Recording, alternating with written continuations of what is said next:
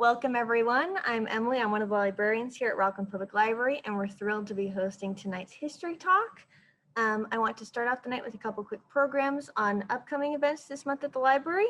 Next week on July 15th, we'll be hosting a film screening of the 2020 film Through the Night, and the following week on July 22nd, we'll be hosting a poetry reading by Stuart Kestenbaum, former Maine Poet Laureate. And I'm happy to introduce tonight's speaker. Erica Nadelhaft is the education coordinator at the Holocaust and Human Rights Center of Maine. She is also an adjunct associate professor at the University of Maine at Fort Kent, where she teaches courses on genocide, the Holocaust, women's history, and world history. She has a BA in history from Brandeis University and an MA in contemporary Jewish history and Holocaust studies from the Hebrew University of Jerusalem. She has 3 grown daughters and lives in Fort Kent with her husband. And I'll turn it over to Erica. Go right ahead. Thank you. Thank you very much, everyone, for having me. My first opening sentences were to introduce myself, but since Emma has done that already, I will skip those pieces. I'm going to talk about different types of Jewish resistance during the Holocaust, and I hope that when I finish, there will be plenty of questions and good conversations. I do apologize in advance if any cats make their appearance while I'm talking. They like to be very helpful when I am doing a presentation, and so they very frequently walk across my keyboard, and you will see me suddenly madly dash off the screen. I've been teaching about the Holocaust in general and Jewish resistance in particular for quite a long time. At the university level here in Fort Kent, and at the middle and high school level as part of my work for the Holocaust and Human Rights Center. And one question that's often asked by students who are learning about the Holocaust for the first time is, did the Jews resist? Or more commonly, the question is, why didn't the Jews resist? In truth, the Jews fought the Nazis in many different ways and in many different places. I'd imagine that many of you have also heard the old myth that the Jews simply went like sheep to the slaughter. And one of the questions that I often ask my students, and that I'll toss out to you for possible discussion later on, is, why do you think that myth persists today? Even now that we know just how fiercely the Jews actually did resist. But before we even begin to look at how the Jews resisted, I think it's important to think about this idea of resistance itself. What is resistance? And many people, when they think of resistance, think only of armed resistance. But is that the only type of resistance that matters or that counts?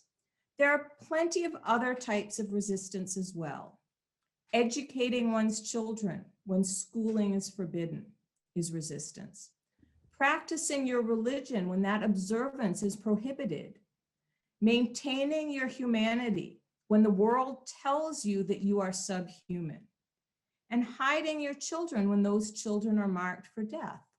All these things and others like them count as resistance. It's also important to think about all the things that worked against the possibility of resistance, because there were a lot of obstacles standing in the way.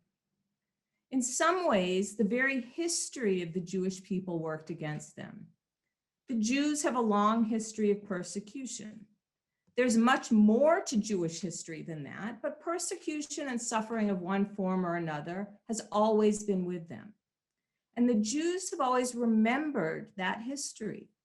They've learned from their history, and they tried to apply the lessons they had learned to the situation they found themselves in under the Nazis.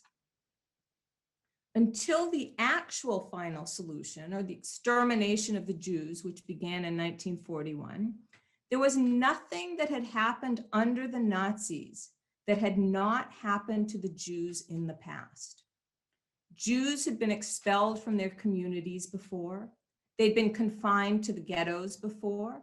They'd dealt with anti-Semitic laws before, and they had been assaulted and murdered and slaughtered before. So when they had their rights taken away from them and had to leave their homes and move into the ghettos, it was a familiar experience. Maybe it was not familiar to the generation experiencing it, but it was familiar to the Jewish people as a people. They had no way of knowing in the beginning that Nazi persecution was going to be so very different from the persecution they had endured in the past. And remember, too, that the Nazis were skilled in deceiving not only the Jews, but the rest of the world. Everywhere the Nazis tried to hide their true purposes, from calling the deportations resettlements in the East, to the signs reading to the showers at the camps themselves. The Nazis even had victims send back postcards saying they were well and working from the train station at the Treblinka death camp. The Jews back in the ghettos were sealed off from communication with the outside world. When rumors of the mass murders and death camps reached them, it was difficult for the Jews to believe them. In many ways, it was beyond their ability to initially comprehend. It takes time for a monstrous idea like that to be accepted. To accept that what awaits you is extermination means to accept that there is no hope. We understand now that the extermination camps and the mass murders in Eastern Europe were real. They've already happened. And even so, it's still hard for many of us to understand. But for the Jews at the time, this was something completely unheard of. It had never happened before. And by the time the Jews began to understand the enormity of what was facing them, they were already weakened in both body and spirit, and they were cut off from any significant outside help. For many Jews, their religion itself proved an obstacle to armed resistance. East European Jews in particular tended to be very religious. The most devout among them believed that physical force could not win against worldly evil. They believed that God alone could triumph, and that more prayer and more religious observance were what was needed. Many went to their deaths believing that they were dying a martyr's death for the sake of God. And what if Jews attempted to escape the ghettos or the camps? Where would they find safety? Non-Jews in Eastern Europe who chose to help Jews faced execution if caught. And the Nazis also used collective punishment. Often whole families or even whole communities were executed if even one Jew had been hidden. In Western Europe, non-Jews who helped Jews were sent to concentration camps if caught. And sadly, much, not all, but much of the population had little or even no sympathy for the Jews anyway. There were many who sympathized with Nazi aims, and informers and collaborators were everywhere. So Jews who managed to escape really found little help. And finally, who among the Jews would be able to resist? The armies of Europe had been unable to stand against the Germans. How could the unarmed, starved and tortured Jews fight off an enemy like that? Could the elderly resist? Could young children fight? Could a father spending his every waking moment looking for food for his family find the time and the strength to organize resistance? Would a mother attempt to escape from a train and leave her children to face the gas chambers alone? The Jews too were subject to collective punishment. Every Jew was responsible for the behavior of every other Jew. That meant that many, even hundreds of Jews would die if so much as one person tried to fight back. And a report from a special action group, one of the Einsatzgruppen in Lithuania says, Kovno, October 4th, 1941, 315 Jewish men, 721 Jewish women, 818 Jewish children shot. A punitive action because a Jewish policeman was shot at in the ghetto.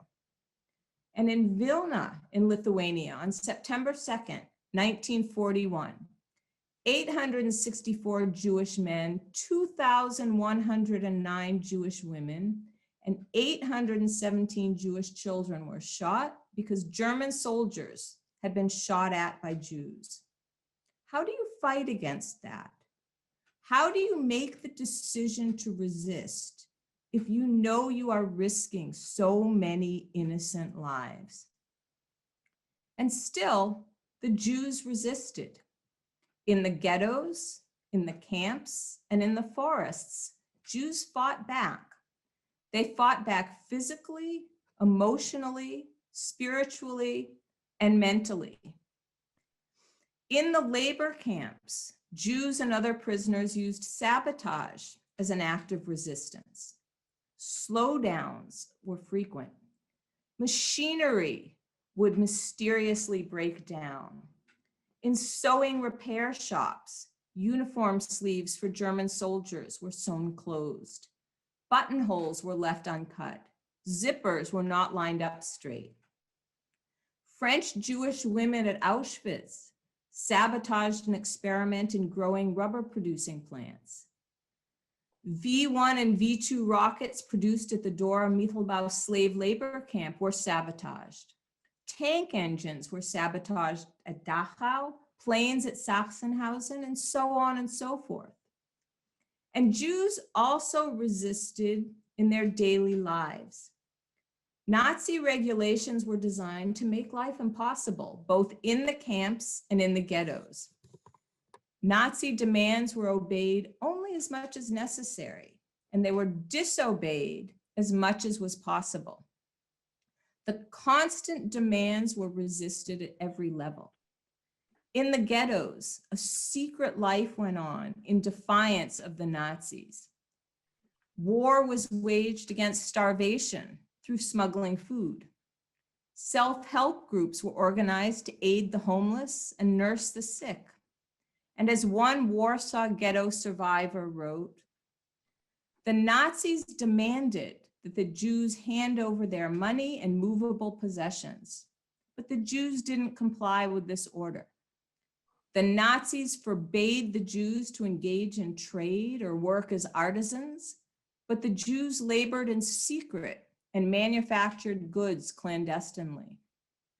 The Nazis prohibited communal prayer, but the Jews gathered despite the prohibition and held services on weekdays and the Sabbath and festivals. The Nazis forbade the Jews to open schools, but the Jews organized secret kindergartens and schools for all age groups. In virtually every ghetto, Jews organized types of cultural resistance, things like theater performances, orchestras, and choirs. There were scientific and cultural lectures. There were adult education classes and discussion evenings. Unfortunately, I don't have time to talk about all these things in depth. I just spent 8 weeks doing that for the Augusta Senior College, and I still ran out of class time. So I want to focus on what I believe to be one of the most important forms of nonviolent resistance, and that's education. Once the ghettos were established in Eastern Europe, decrees banning Jewish education were passed by the Germans. A few ghetto administrations were able to persuade the German authorities to allow the establishment of official ghetto schools, at least temporarily, but most were not. But either way, legally or mostly illegally, education went on. So I'm going to talk primarily about Warsaw, the largest ghetto in Poland. By December of 1939, the German occupation administration had closed all Jewish schools in Warsaw. The Judenräte, the Jewish Council, made many unsuccessful appeals to the Germans to rescind this regulation. Lacking a legitimate educational system, the Jewish community began quickly to establish an underground secret network of schools. The first ones to be set up were clandestine elementary schools that operated mainly in children's kitchens that were run by various social agencies. Another vast network of private schools was established in Warsaw, primarily for high school students. Unemployed teachers from pre-war schools staffed these clandestine schools. They were known as komplety in Polish.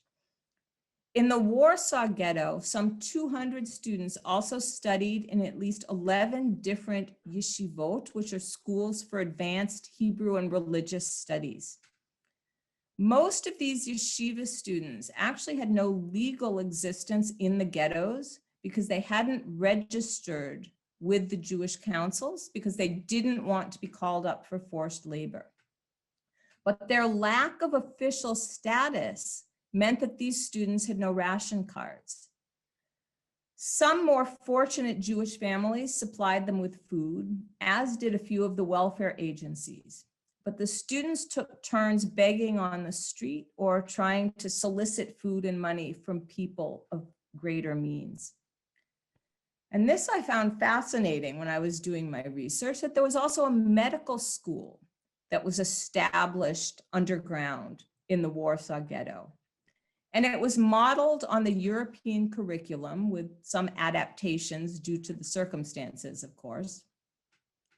And the founders of the school wanted to educate Jews in medicine in the hopes of rebuilding the depleted number of Jewish physicians in Warsaw and in Poland after the war. By one estimate, as many as 500 students received some medical education through the school, which remained in operation for 15 months from 1941 to 1942. Only a small number of these medical students, at most a dozen, survived the massive deportations to the death camps that began in July of 1942, the subsequent destruction of the ghetto in May of 1943, and the remainder of the war years. Now, the various youth movements that existed in Warsaw and in Poland for pre-war times, and I'll talk about them in a little more detail when I get to the discussion about armed resistance, they were incredibly active in establishing networks of schools for all ages of students. They participated in the komplety as both teachers and students, but they were aware that these komplety could reach only a limited number of young people. So they expanded their traditional activities and established a number of new and more general education programs. One of the things they did was to work in what were known as children's corners, where children from specific neighborhoods gathered. The youth movement members worked as nursery school teachers, singing, playing, and exercising with the youngest children. They also served as teachers and counselors for older children. And many of the youth movements opened training programs to prepare their members to do this type of community education. As a result, the expertise of these youth movement members was sought after by the official Warsaw Jewish community. 3 female members of one of the movements worked at an orphanage, teaching children Hebrew and the history of the Jewish people. In another children's home, others taught Yiddish, Hebrew, history, and what they called national ideas. Perhaps one of the most outstanding achievements of the youth movements was the establishment of what was known as a gymnasium, a secondary school. The school was originally established for one organization's own members, but over time, because of the tremendous need, they broadened the framework and it came to include non-movement members as well. And eventually, this high school had some 120 students and 13 teachers. Classes began with the 4th year of primary school and continued through the 2nd year of high school. The lower grades studied for 18 to 20 hours a week, and the upper levels for 32 to 34 hours. They had a regular humanities program, as well as teaching Hebrew, Yiddish, Bible studies, singing, art, and Jewish history. They taught French and German, but by the second year of the school's existence, they replaced German with English. Working conditions for both teachers and students were incredibly difficult because remember, these schools were illegal. They were risking arrest, they were risking deportation. There were no permanent classrooms. There were never enough benches or books or learning materials. Groups of 5 or 6 students were forced to move from apartment to apartment in search of places to study. Often they studied in one-room apartments with the whole family crowded in. And students and teachers alike suffered from poverty and from hunger. As one student wrote, hungry with legs swollen from the cold, the teachers would instruct the students, who like themselves were also hungry and bloated. Students who were able to attend these schools often then passed on what they learned to those who, for whatever reason, were unable to participate. Now, this educational and intellectual development of Jewish youth, the movement members believed was a crucial form of resistance and defense for the entire Jewish community, because they feared that a decline in education among young Jews would be catastrophic for the Jewish people as a whole. One member wrote, "The nation will not recover from its fall if our youth are flawed and degenerate, and only we, the children aged 13 to 18, will be the ones to lead the Jewish masses to a different future, a better future." The integrity of Jewish youth, the leaders felt, must be preserved for the future when they would be faced with the task of rebuilding their shattered people. So continuing to educate the young despite Nazi prohibitions was thus a real form of resistance for the youth movements, for the teachers, for the students, and for others. They believed that in order to safeguard both the physical and spiritual existence of Jewish youth, they must continue to be active intellectually and culturally. Both the underground publications and the discussions that took place in various gatherings expressed their acute perception and awareness of Nazi policy in this area. These young youth movement members realized that the Nazis' attack on education was a deliberate attempt to destroy the Jewish people from within, and they acted very purposefully and very forcefully to counter that blow. An article in one of the movement's underground newspapers is really worth quoting at length, and it reads, and I'm quoting here, "They have forbidden us schools, literature, and libraries. Why? They have forbidden us private education. And for what reason? Perhaps because of suspicion and fear of what could grow out of our thinking, our thoughts. In opposition to the Germans, must not Jewish youth begin to resist with thinking, with ideas? We must think. We must not surrender to reality, must not lose hope and belief. We must study. We must form opinions and precisely analyze historical events. If we rely on thought, the rest will come." Thought has always been the most dangerous weapon and greatest enemy of oppression. Thought, that is the slogan which will serve as a beacon to Jewish youth. Thought, our slogan and our goal. Now, resistance also took place outside of the ghettos. In the camps, even more than in the ghettos, all the elements of daily life were meant to kill.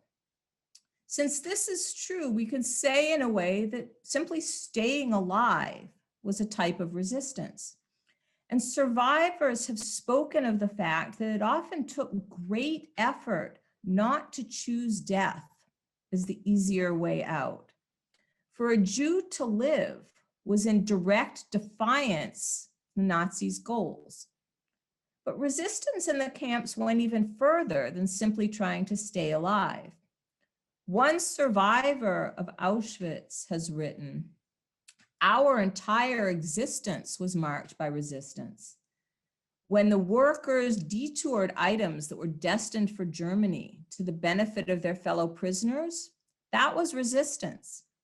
When laborers at the spinning mills dared to slacken their working pace, it was resistance. When we organized a little festival under the noses of our masters, it was resistance. When secretly we passed letters from one camp to another, it was resistance. When we endeavored, and sometimes with success, to reunite two members of the same family, for example, by substituting one prisoner for another in a gang of stretcher bearers, it was resistance. We resisted to live, and we lived to resist. Individual acts of physical resistance and spontaneous, unorganized group resistance also took place.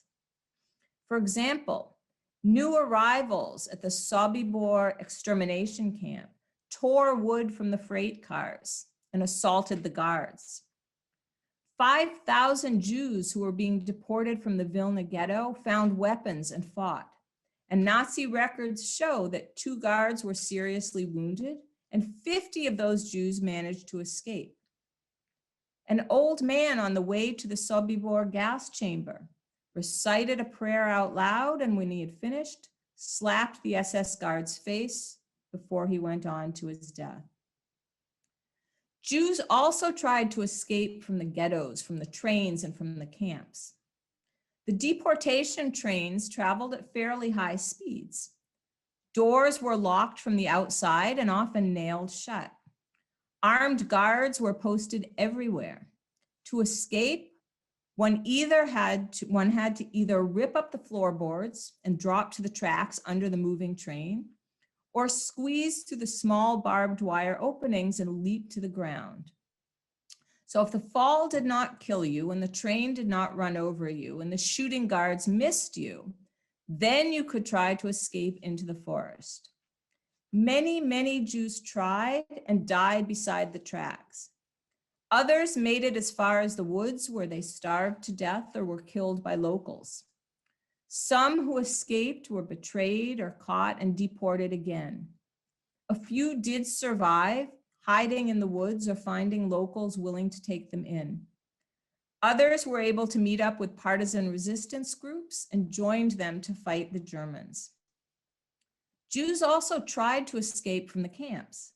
Escape attempts were many. There were 667 escapes from Auschwitz during its 5-year existence. But of these 667 attempts, only 76 were successful. 4 of these escapees were the ones responsible for bringing some of the first news of the gas chambers and the extermination of the Jews to the West. Escapes were reported at all camps. But it's important to remember, too, that not every prisoner would have the opportunity to attempt an escape. Most prisoners were limited in their movements within the camp. They were permitted to go only specific places, and their absence would be noticed immediately. And they knew, too, that if one of them escaped, their entire group would be executed. There was also a double row of electrified fence, usually topped with barbed wire, that surrounded the camps. Armed guards roamed the perimeter, and others watched from observation towers. Missing prisoners were tracked by SS and police with guard dogs. And again, even if a prisoner escaped, he or she still faced the same hardships that one who had jumped from a train or escaped from a ghetto would have faced. So the Jews were surrounded by a seemingly invincible enemy. They had few friends. They were weakened by hunger and disease and deportation. Nothing in their lives had prepared them for what they were facing.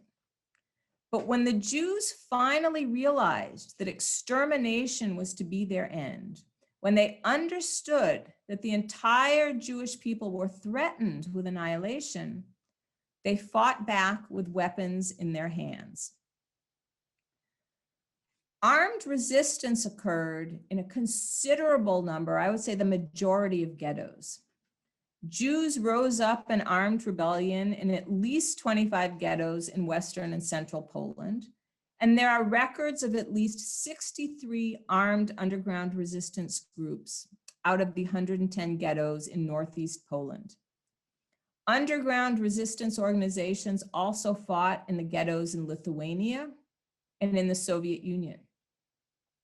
Most open resistance didn't take place until at least 1943, when the Jews finally understood that death was inevitable.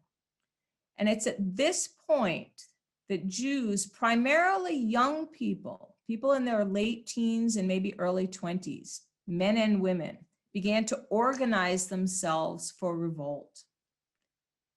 They faced tremendous obstacles. They had received little to no aid from non-Jews outside the ghetto walls. Many of those trying to organize resistance were caught by the Nazis and died under torture or in the gas chambers. But still, Jews slowly and painfully began to smuggle a few weapons into the ghetto, and they began to make axes and knives for themselves. And in fact, when they didn't have weapons, they still fought with things such as sticks, boiling water, iron bars, acid, even their bare hands. In one poem that was written from a ghetto in Eastern Europe, the author writes of Jewish fighters melting down the letters from their printing press to make bullets.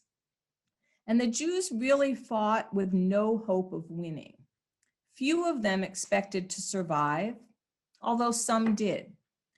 As the leader of the Białystok Ghetto Uprising wrote, "If we are too weak to safeguard our own lives, we are still strong enough to defend the honor of the Jew and of humankind." And probably the most well-known example of Jewish resistance is the Warsaw Ghetto Uprising. Now, by the end of September 1942, only about 50,000 Jews remained alive in the Warsaw Ghetto, and there had been hundreds of thousands of Jews in the ghetto prior to this.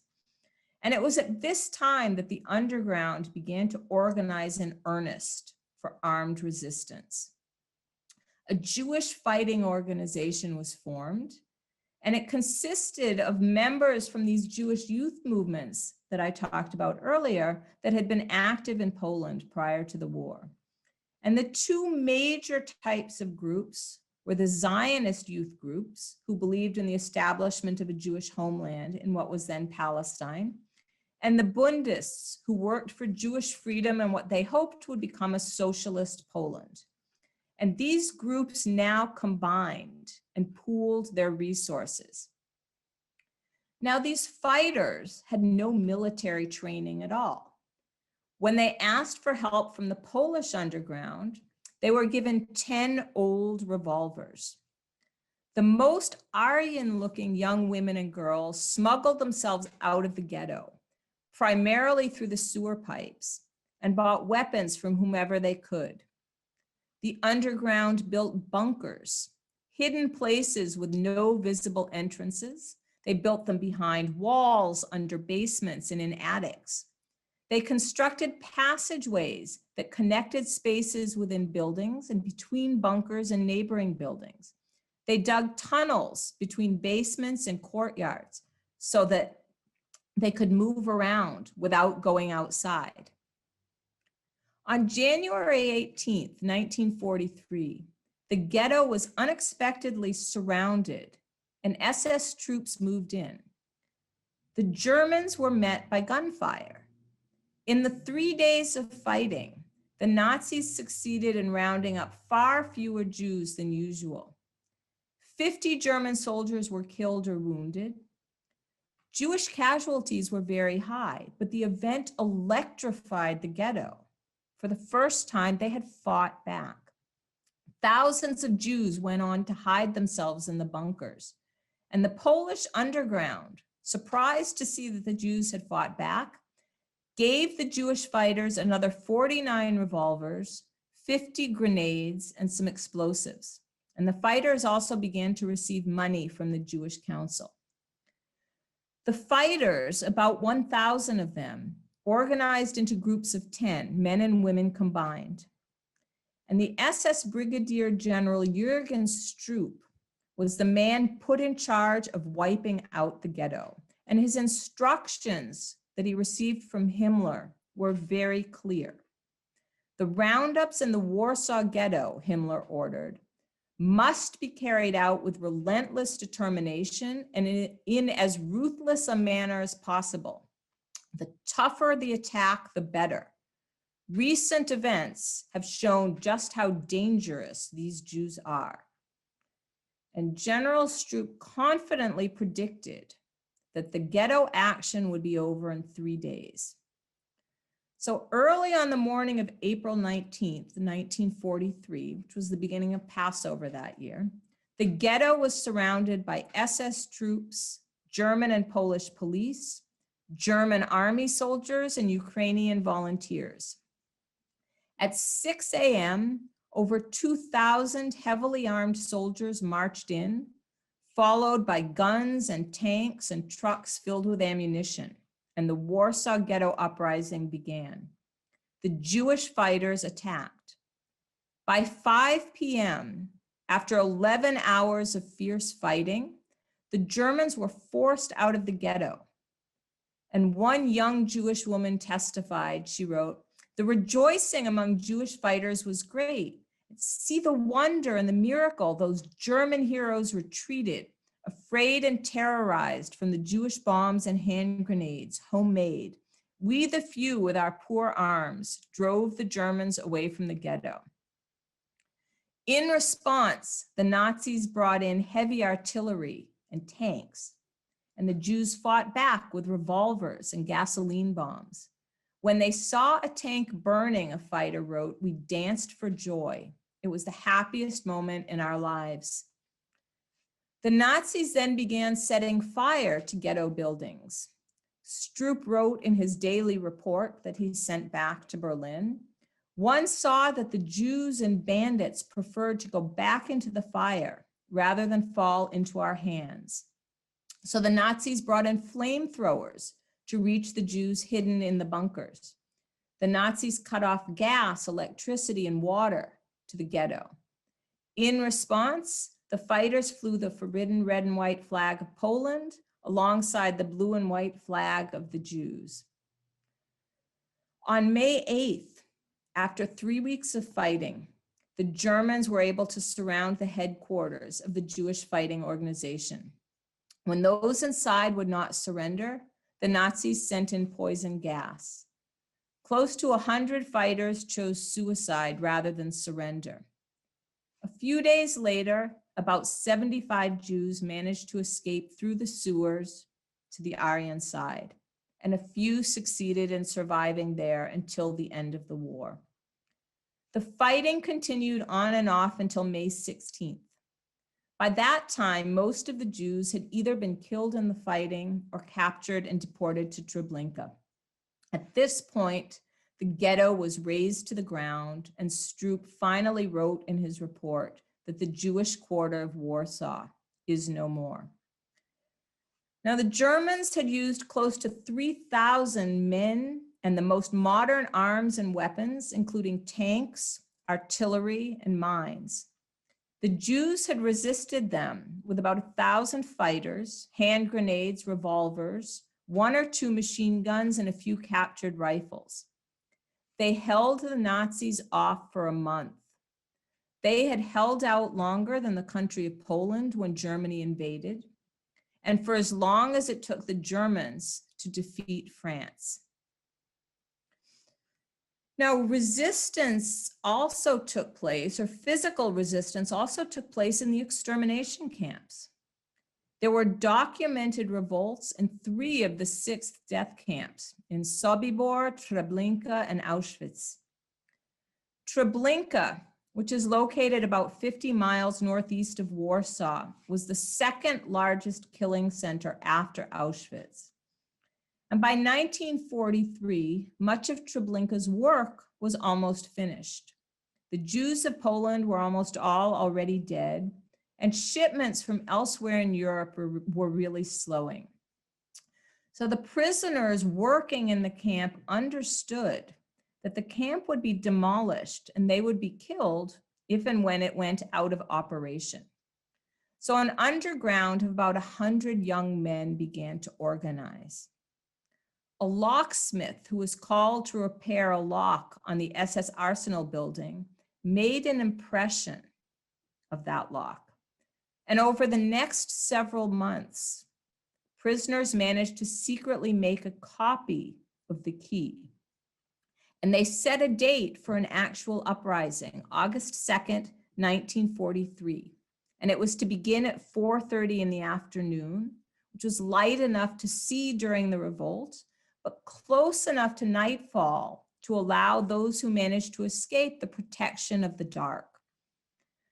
A short time before the revolt was to begin, axes and wire cutters were smuggled to certain people. Using their key, men were able to sneak into the arsenal and they passed out grenades, rifles, and pistols.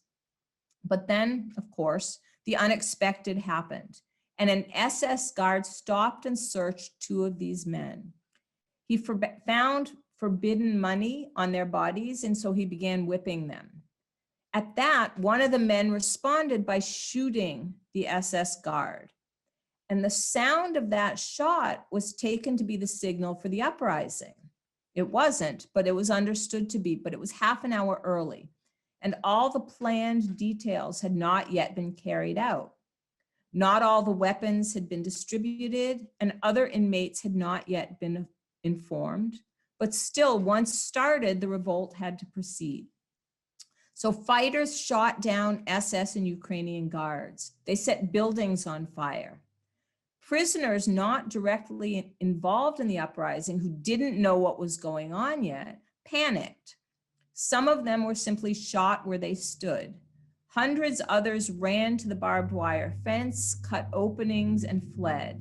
And most of these were shot down by guards before they ever reached the second fence. Those who broke through ran for the forests. Close to 400 men were killed in the camp itself. Another 300 were tracked down and shot in the days following. Approximately 100 men made it to freedom. The camp was then dismantled by the remaining Jewish prisoners, who were then shot during the months of September and October. All signs of the camp were removed or plowed over. A house was built on the area, and a former Ukrainian camp guard was installed with his family to run the area as a farm. About 2 months later, some 300 inmates at Sobibor also attempted a mass escape.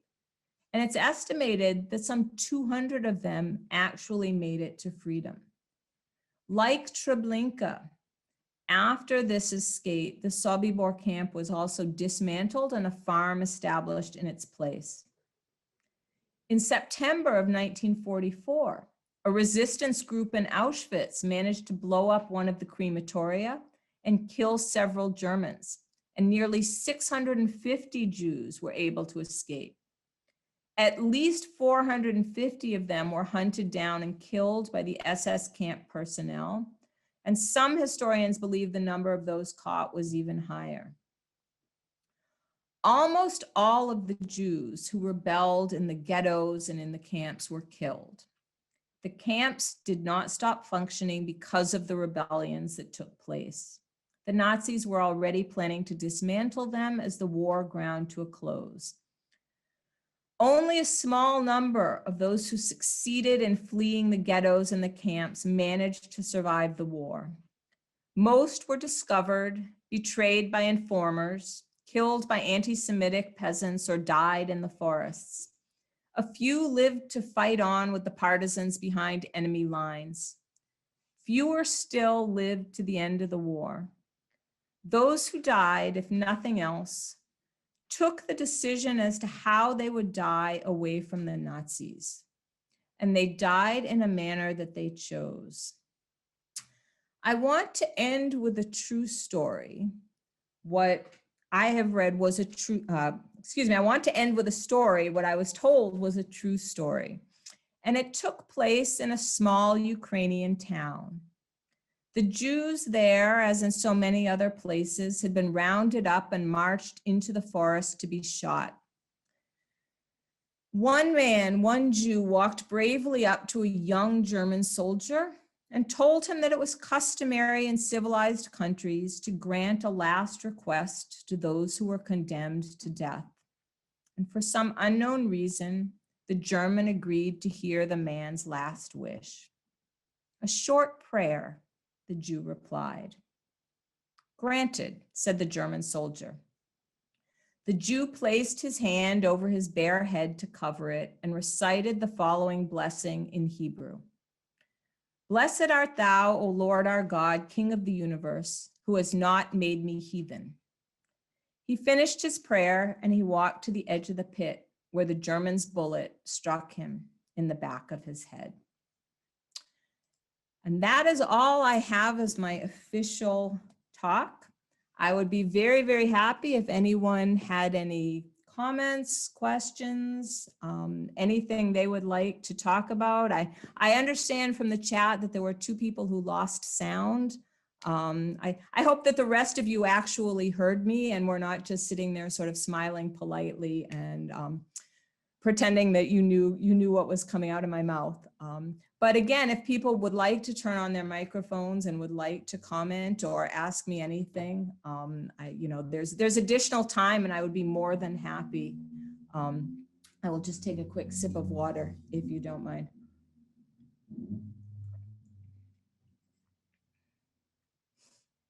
And if not, that's okay. Yeah, I do have a question. Yes, please. Hi. Have you heard the story that, Oh, you're muted. oh, There you go. Whoop, now you're muted again. I don't know what. now, can you hear me now? Yes. Okay. When I lived in Central Maine for a University of Maine book group, I read a book about a little boy, a little German boy, a little Jewish boy, who escaped to the woods when his family was being cast into one of those pits that you just spoke of. And he saw his entire family shot. And he roamed around the woods for I don't know how long. And when the Nazis found him, they just thought he was so cute that they took him as his mascot. Have you heard that story?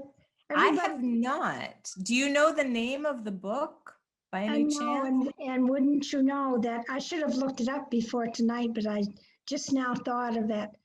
I'm gonna Google it. I'll go straight to the internet after this and see if I can find. It's not one that I know. I'm curious. Well, I reported on the book for our book group over in Central Maine at Augusta when I lived over there, and they finally even made him a little uniform, a little Nazi uniform. And for the doubters, they had pictures in the book. Yeah. So, it sounded like such a fantastic, unbelievable tale. But then you see this little boy with a Nazi uniform on. If there's some place I can when I look it up tomorrow, can I email you at the same email that I used to get my link?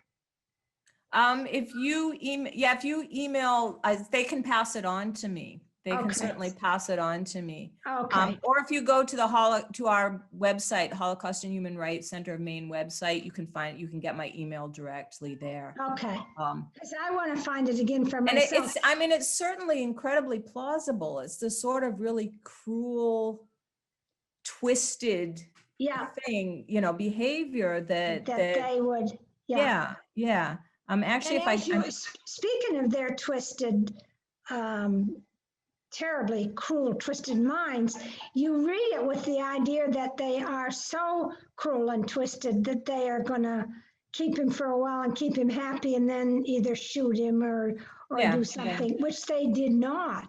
And he grew up and it was his son who wrote the story. Okay, Supposedly. yeah. So I will And- try to look that up tomorrow. If you can see in the chat, I did put my work email, my work Okay. emails up there, and so anyone is welcome to contact me. And I think I saw my long lost cousin Paula waving Your cousin, at us. So your real cousin is sitting here. Sheldon. welcome. I think we went to your bat mitzvah or your sister's. I don't remember. Years ago, I think. It wouldn't have been me. So defiance. I saw someone. Yeah, thank you. Resistance. Yeah. I have two questions. All right, really quick. Okay, I will do my best. I would love to know your source. You cited two cases of German retribution for people who rebelled in Kovno and in Vilna. And I would love to know if you have any more detail. And second, it was such a wonderful talk and your research is so comprehensive. I'd love to know a little bit about your process. Okay, sure. I know many of the quotes, certainly those quotes where I gave the numbers. I have a book, it's back from when I was in graduate school. It's documents from the Holocaust. Tomorrow I can send you the book information, and it's filled with Nazi records. Because of course they kept these meticulous records. Yeah. I mean, they wrote virtually everything down. So that's where I took those sources from. Some of the other things that I quoted, particularly from the ghettos, the youth movements, every movement published an underground newspaper. And so those newspapers, many of them were found after the war because the Jews, they buried documents. They did what they could to preserve documentation of what was happening to them. And I used those underground newspapers for my master's thesis research. So the translations were mine, so they were often a little awkward.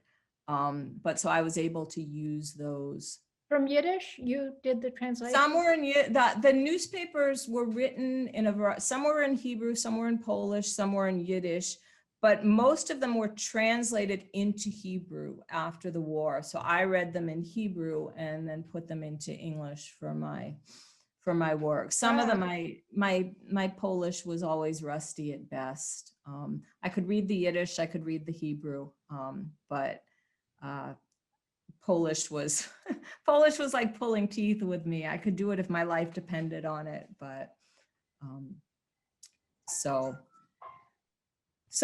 most of my process, I would say, for doing this work, for kind of coming into deciding to focus on Jewish resistance and nonviolent resistance, like what led up to the physical resistance and the armed rebellions, really came from a class I took as a graduate student. I took a year's class on the youth movements in Poland, and my professor had been a member of one of those youth movements. He'd been in Warsaw, he'd fought in the uprising. And so that just sparked my interest. And from there, I was in Jerusalem, so I had, really sources at my fingertips. And so that's what kind of drew me into it. And, I'm happy to talk further, on another occasion with you. We can sit down and you can, pick my brain for anything that might be useful. Right. But that's how and I have family members on the other side of the family who were in some of these youth movements. So, you know, it has a personal connection as well.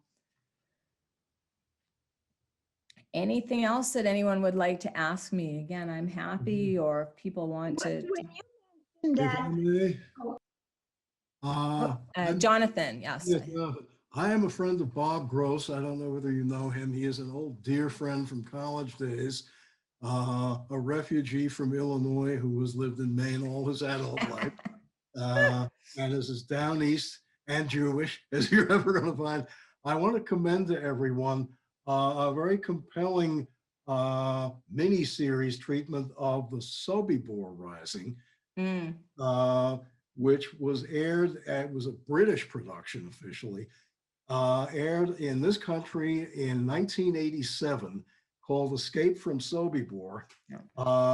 It was based on several accounts, a book by Thomas Blatt, another book by Richard Rashka, another book by Stanislav Schmeisner, who sounds like he was well inside it, and the teleplay by Reginald Rose, who was my father.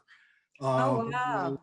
A product of the streets of New York, never been to Poland or anywhere in Eastern Europe, but was always fired by the themes and the stories and the accounts. I mean, he ran with every background imaginable growing up in New York City. And then was in the Army, in the Pacific, and again, met a vast cross-section of people. But the Jewish story reached him substantially, and while he was not religious or even directly involved in anything else but being a writer, he found a passion in the story and created the teleplay for essentially a mini-series that very drastically condensed the Sobibor story, which was in part virtually a recreation of an entire world and civilization within the starkness of these camps, and then a rising in an attempted escape. And so this was one of the passionate moments in the sort of the later stages of his very distinguished writing career. Wow, that's fantastic. I mean, it's available, I believe. I'm sure you can catch up with it. Or elsewhere. But it was interesting that the initial production happened to have been ITV, which is the British independent. It's British TV, yeah. I've seen Escape from Sobibor. So if you want to enter it in the chat for, you know, if you are able, so that others can copy it. I see there's a number of suggestions that are in the chat. And one thing that I didn't mention, but I feel like I should throw out there, is that women were heavily involved in these youth movements. They were active fighters. It was the women, and by women I mean, you know, really teenage girls, maybe in their young 20s. They were the ones traveling outside of the ghetto. It was safer, you know, in quotation marks, for women than for men. They were the couriers bringing weapons and news and plans between the ghettos. They were the smugglers, but they fought absolutely side by side. And there really was really significant equality between the young men and the young women who were involved in these movements, much less so within the partisan movements, you know, that were fighting in the forests. But within the Jewish youth movements, women played a tremendous role. So I realized I never put that in there anywhere. So I thought, well, I really should throw that out, you know, before we're done. Anything else that anyone would? when you mentioned that the Germans, you know, kept such thorough, meticulous records, I can certainly understand why the Jews did. But did the Germans do it just because they felt so powerful and that was part of their power? I think that probably factors in, and certainly someone, I won't say they gave a mixed message, but I mean, they were incredibly, I mean, Hitler and Himmler and the Germans who planned this and who carried this out, they saw this as one of the great triumphs of German history. And they absolutely documented as much as they could. They then, as the war was ending, tried to hide what they had done because they believed they were going to lose. But when they thought they were winning, I mean, as Himmler, he said in a speech, "This is the greatest triumph of our history." And they were proud. I mean, they thought they and so they did keep these records. And it was only when they started to lose and when they, really began to realize that they had no hope of winning, that they started destroying the camps and they started bringing, the remaining prisoners on these death marches to try and escape, to try and keep them from, the Allied armies as they were approaching. It's wonderful for historians, that they did this. I mean, obviously not everything survived, but it's one way I was able to find, records of my relatives in Auschwitz because they wrote it down, their names are there. So. That must have been very emotional at certain points. Yes. Yeah. I don't think you can do this work without having those moments, you really have to build it in to your work. There are going to be times when you have to walk away or when you're going to fall apart, and you can't do it in isolation. You have to have but yeah, it is an emotional emotional journey and an emotional job. It's an amazing piece of work that you have done. Thank you very much. I love coming. I don't love Zoom, but I do love talking. So I will say thank you to everybody. I did put my email up there. So if anyone does have, questions or anything follow up or would, there's anything I can do, please feel free to, to send an email, or you can find me through the Holocaust and Human Rights Center. I'm in every day. So thank you very much. Thank you very much. Thank you so much, Erica. This is a really engrossing and informative talk, so thank you. And thank you to everyone in the audience for joining today, and have a good night, everyone. Thank you. Thank you, everyone. Bye.